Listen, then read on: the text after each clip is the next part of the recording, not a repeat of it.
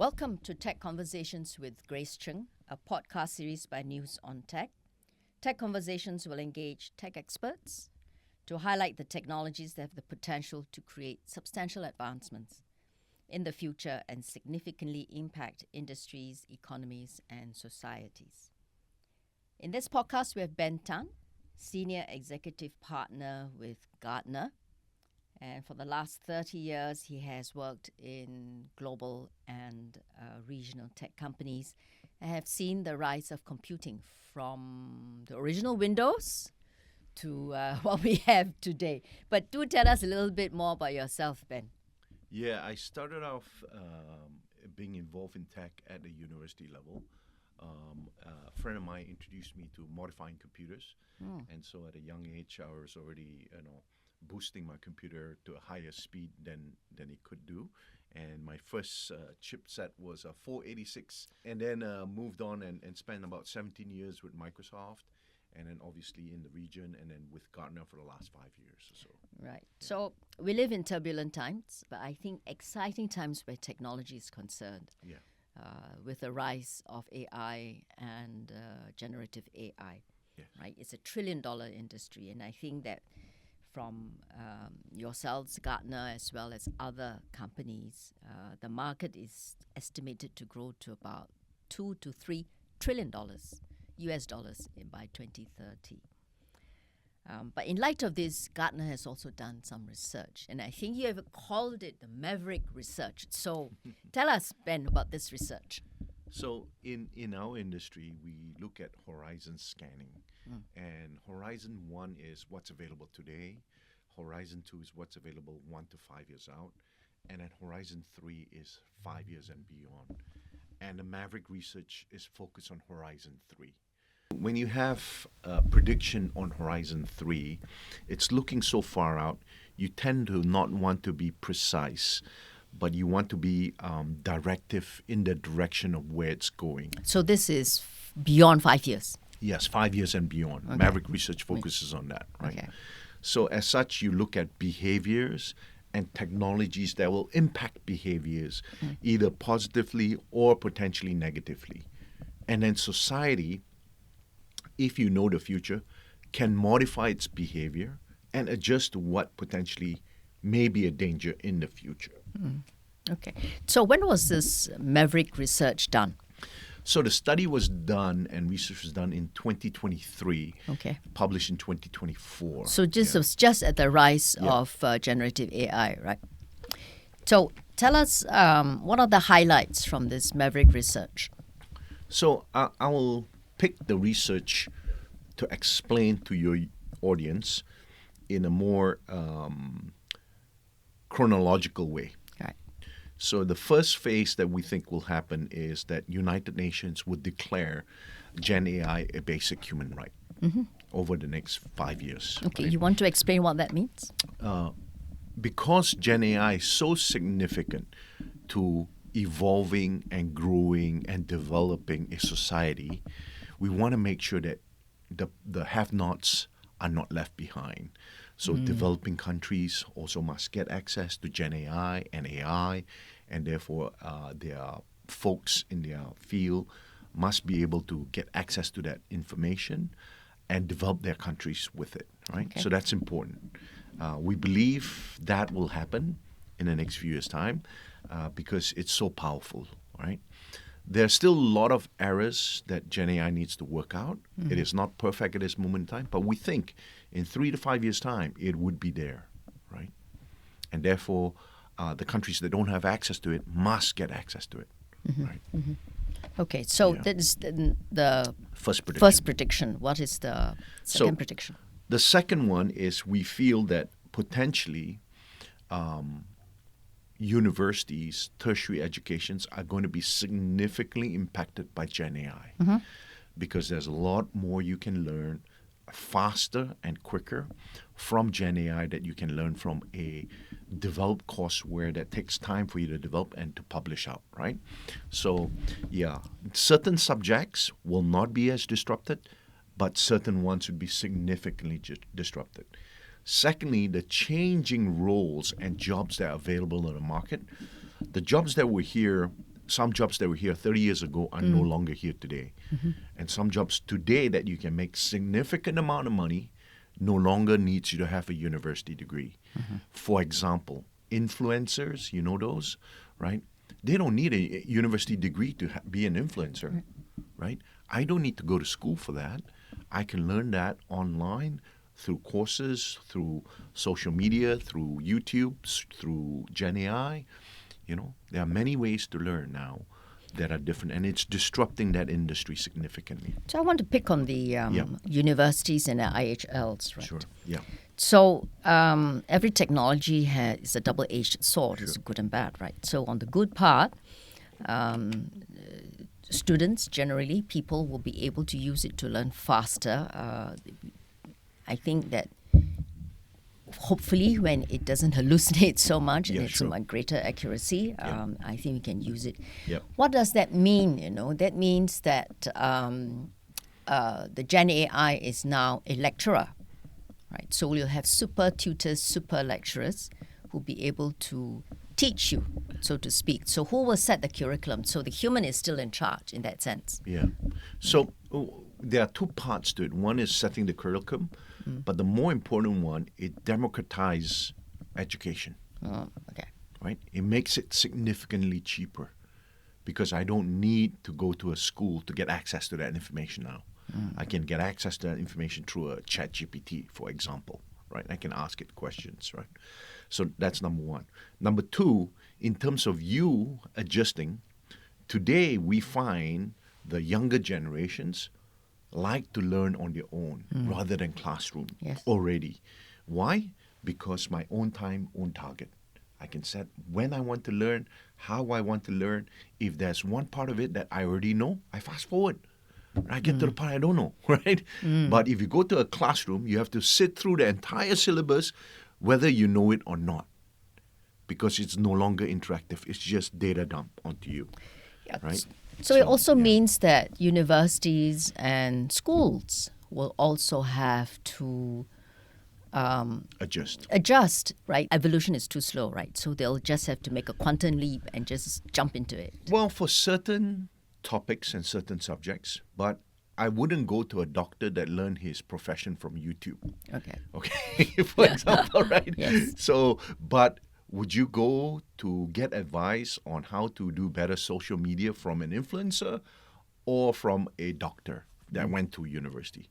I'll go to the influencer, right? So it depends on the topic at hand, and certain topics still require the rigor of education, but certainly it's going to be disrupted on quite a few categories, you know. Okay. Third point was the changing roles and changing jobs. Yeah. I guess we can't say what the kinds of jobs that will emerge from AI, right? I mean, I believe that jobs will be lost, but new jobs will be created. Sure. It's just that we don't know what the new jobs are.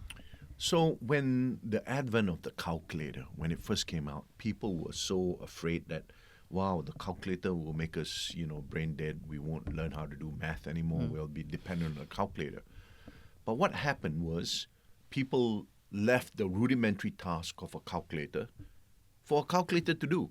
Let me focus on the more important things, how I interact with people. The calculator should just do the calculator job, right? Why should I do that job when something as trivial as that can be handled by a machine, right? Same thing with GenAI, I think will happen. But GenAI is slightly different. GenAI can start scaling to a higher level. Now, yes, it requires training. Yes, it requires a relationship with you. I would advise many senior leaders to start building a relationship with their GenAI, have conversations with it, upload information to it all the time. Make sure you pay for the version so that you get privacy, right? Versus the free version, your information will be accessed by everyone. Yes. But for trial purposes, you can try that. But when you are really trying to train your GenAI, make sure it's a paid version. And when you train it, it knows you better. It'll help you make decisions better. It'll organize your world a lot better as well, right? The behavioral change is where we focus a little bit of time on, right? Gen Z and the millennium generation, They were also known as digital natives. Right. My generation and your generation, we are called as digital immigrants. Immigrants, yes. Right? Because we came offline to online, they were born online.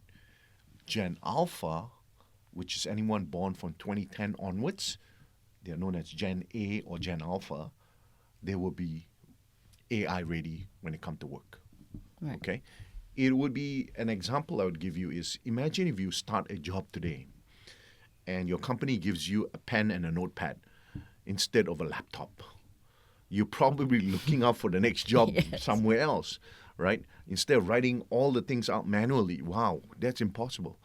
So by the next generation, which they'll start work in 2030, right? Because they're born in 2010, Gen Alpha, 2030, they'll be 20 years old, plus or minus, yeah? They will be starting to work. And when they work, they expect organizations to have smart AI built into many, many functions, whether it's generative AI or your traditional AI or your ML, but they expect that, right? Same with your mobile phones today. Apple iPhone 16, which I have, has Apple AI or Apple Intelligence. Samsung has Samsung Intelligence. 5 years from now, would you buy a phone without any intelligence built in? You They may won't. not even say it's intelligence because Exactly. it is taken for granted. Yes, exactly, right? So that's the progression that we are trying to extrapolate. Now, the concern, the behavioral changes that are happening is Gen Z and millennials are also known as the look-down generation. Okay? And you see it in restaurants, you see it in fast food joints, you see it on the train, on the bus. They're always looking at the devices. What we are afraid of is by 2030, they will be addicted to their devices, addicted to algorithms, and addicted to a potential Gen AI. And they will have no human relationships. Well, the human relationships we predict will drop significantly. Right. So if we know this ahead of time, and we know this trend is coming, as parents, as people in society that can have impact on society, let's do something about it. Let's make sure that our next generation that's coming up still connects with people and not just connect with their devices or algorithms, That's important. That's one of our predictions, yeah? Right. Okay. Now, when you extrapolate that another 5 years to 2035, this is when it gets scary. And I have to give you a word of caution because when we do this research, it is potentially one outcome, but there are many potential outcomes, right? So don't think it's only one outcome and it's doomsday. No, but it's potentially one of them. So when I give you this cautionary note, take it with a pinch of salt. We predict by 2035, there will be a new religion. And it'll be the fastest growing religion. And it'll be AI based. Right. Right? And kids or younger generation will be influenced by this particular AI. And this AI religion will be started by the AI itself or by somebody using AI. We don't predict that. Okay. Okay? But we predict that potential scenario is that it gets so addictive that you believe this thing, this device or software or algorithm, whatever it tells you to do, you will do. Right? Because you get so addicted to it by that time. Therefore, it has a potential possibility to influence citizens and therefore political decision making, and there is a high impact. And therefore, we must be concerned to make sure that our younger folks don't just believe devices, don't just believe everything you hear online, right? You got to make sure you have a human in the middle before you make the decisions that you are told to make, and make sure that we don't leave them behind. We need to bring them along to make sure they still bond with people. Right. Yeah. So that's your fourth prediction, right? Yeah. Is that a super intelligence then? We said that it will be a religious connotation to Okay. Gen AI. Okay. That means you will believe everything it says, right?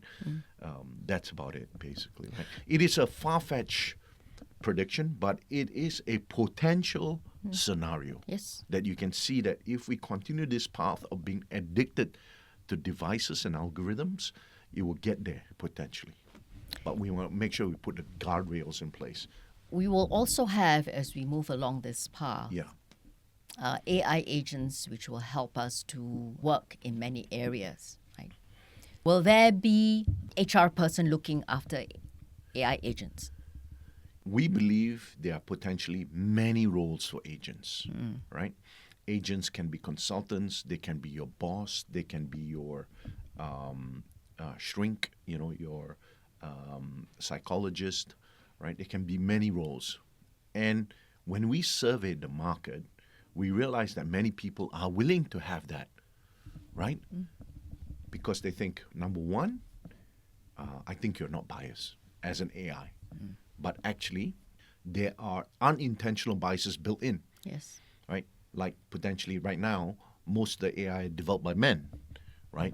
So it's more male-centric thinking in that AI, right?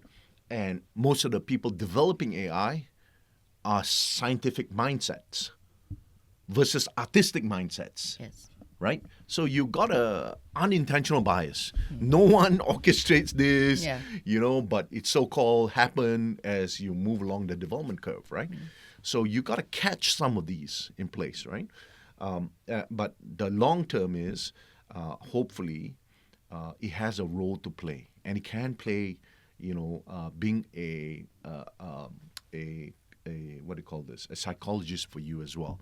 The reason why is it will have a larger database and it can remember a lot more information than a human being can, right?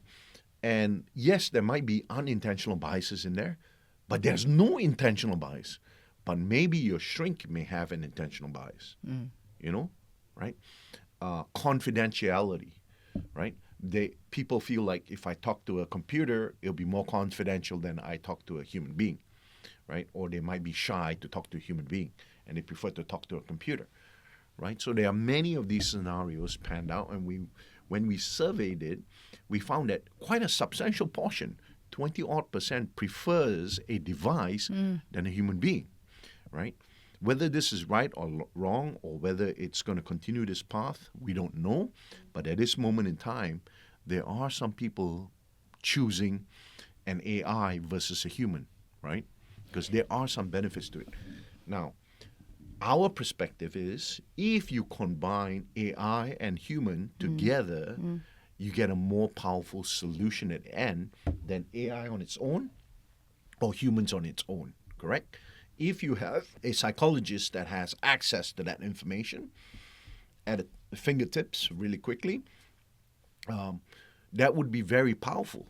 That I'm seeing a psychologist that has AI power versus talking to an AI bot on its own, right? Or talking to a psychologist without the AI aid to it, So that is the path that we think most people will take, where it's an enhanced human with AI capabilities. The human will also need to learn about the AI. You need to be skilled in order to manage the AI. And you need to train the AI. Two things here. Yeah. So in training the AI, you'll see more of the vertical type of models appearing rather than the generic one that we have today. Yeah. So you'll see a more generic. So for psychiatry, for example. For finance, for legal, so forth, right? And so forth. Yeah. Okay. There will be more purposely driven AIs versus more general AIs, that will be in place.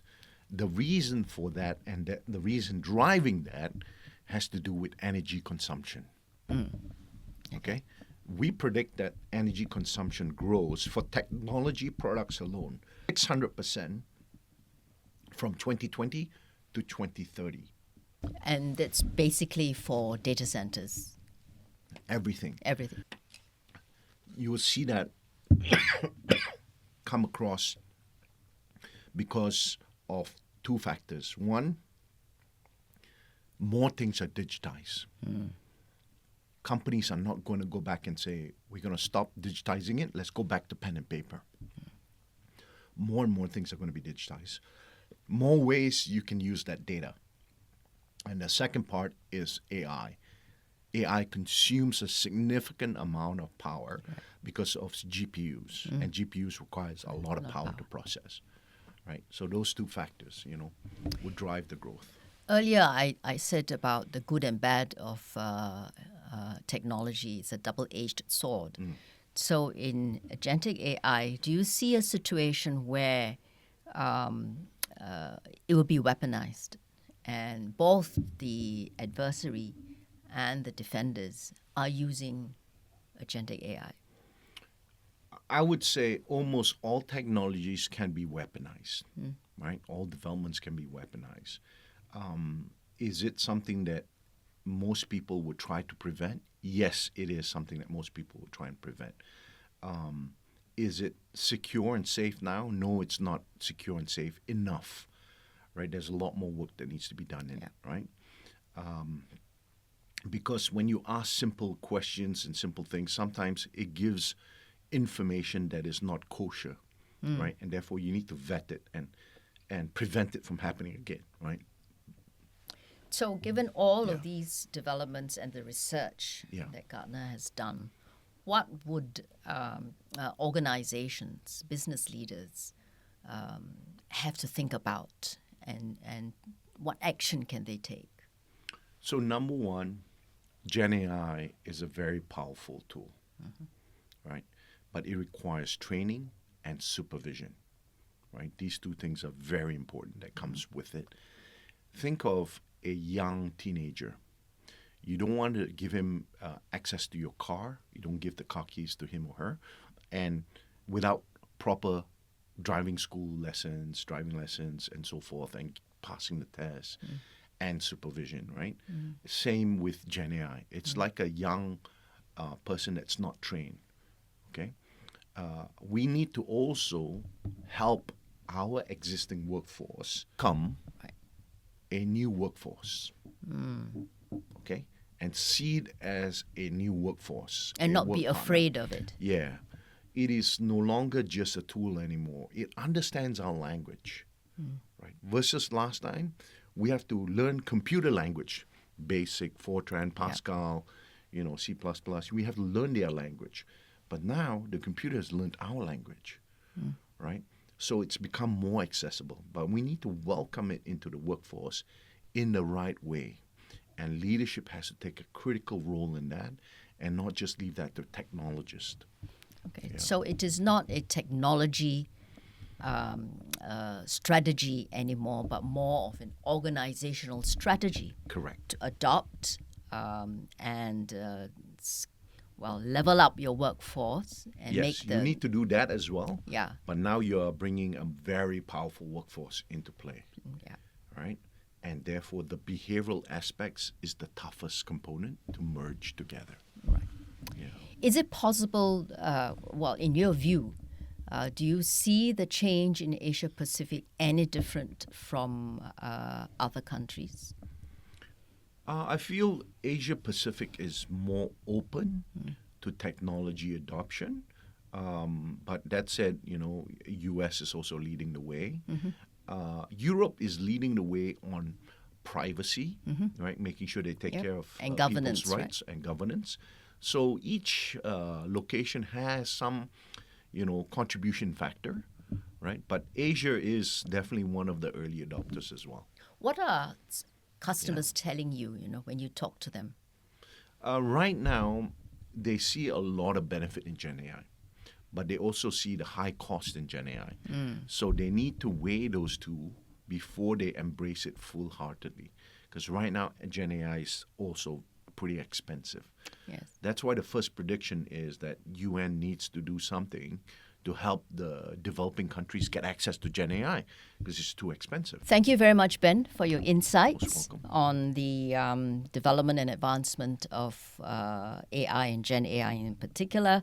I think it is not the technology, it is the cultural changes, the social changes that have to be taken together with the technology. Thank you, listeners, for listening to us. Please go to Apple Podcasts and Spotify to listen to us.